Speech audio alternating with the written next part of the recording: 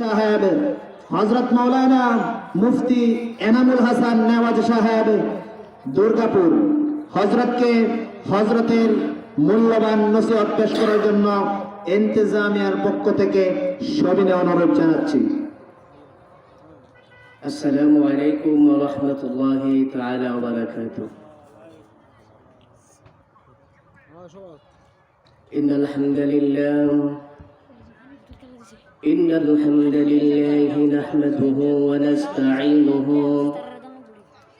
ওয়া নাস্তাগফিরুহু ওয়া নু'মিনু বিহি ওয়া নাতাওয়াক্কালু আলাইহি ওয়া নাউযু বিল্লাহি মিন শুরুরি আনফুসিনা ওয়া মিন সাইয়্যিআতি আ'মালিনা। মান ইয়াহদিহিল্লাহু ফালা মুদিল্লা লাহু ওয়া মান ইউদ্লিল ফালা হাদিয়া লাহু।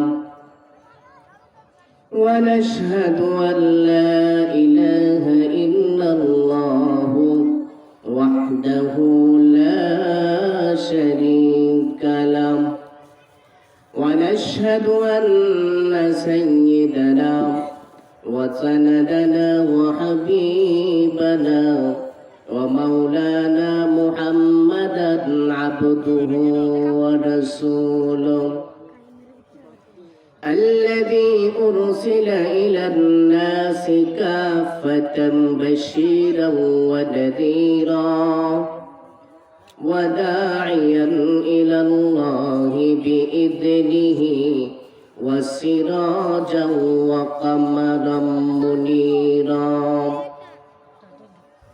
أما بعد فأعوذ بالله من الشيطان الرجيم. بسم الله الرحمن الرحيم.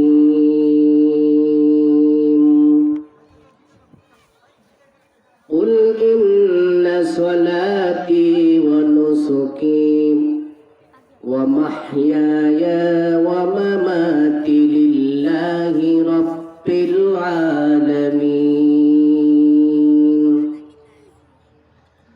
صدق الله المولانا العلي العظيم وصدق رسوله النبي الأمي الكريم ونحن على ذلك من الشاهدين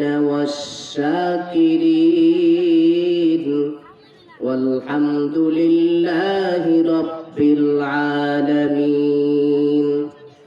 اللهم نور قلوبنا بالقرآن وزين أخلاقنا بالقرآن ونجنا من النار بالقرآن وأدخلنا في الجنة بالقرآن.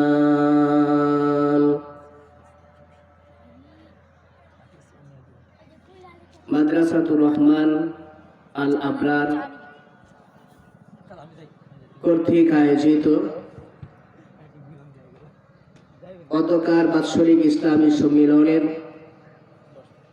অতি শ্রদ্ধাভাজন সম্মানিত সভাপতি, এশিয়া মহাদেশের প্রখ্যাত আলেমে দ্বীন, আধ্যাত্মিক জগতের শ্রেষ্ঠতম রাহবার আল্লামা শাহ আহমদ শফির রহিমাহুল্লাহর সুযোগ্য খলিফা উস্তাদুল আসাতিদা সেরেতাজ হযরতুল আল্লামা জিয়াউদ্দিন হাফিজাহুল্লাহ এবং আজকের মাহফিলের আমন্ত্রিত অন্যান্য উলামায়ে কেরাম, আমার সামনে উপস্থিত আমার পিতৃতুল্য সম্মানিত মুরব্বীর এজম, স্কুল মাদ্রাসার ছোট ছোট বাচ্চারা, পর্দার আড়ালে অবস্থানরত আমার সম্মানিতা মা ও বোনেরা,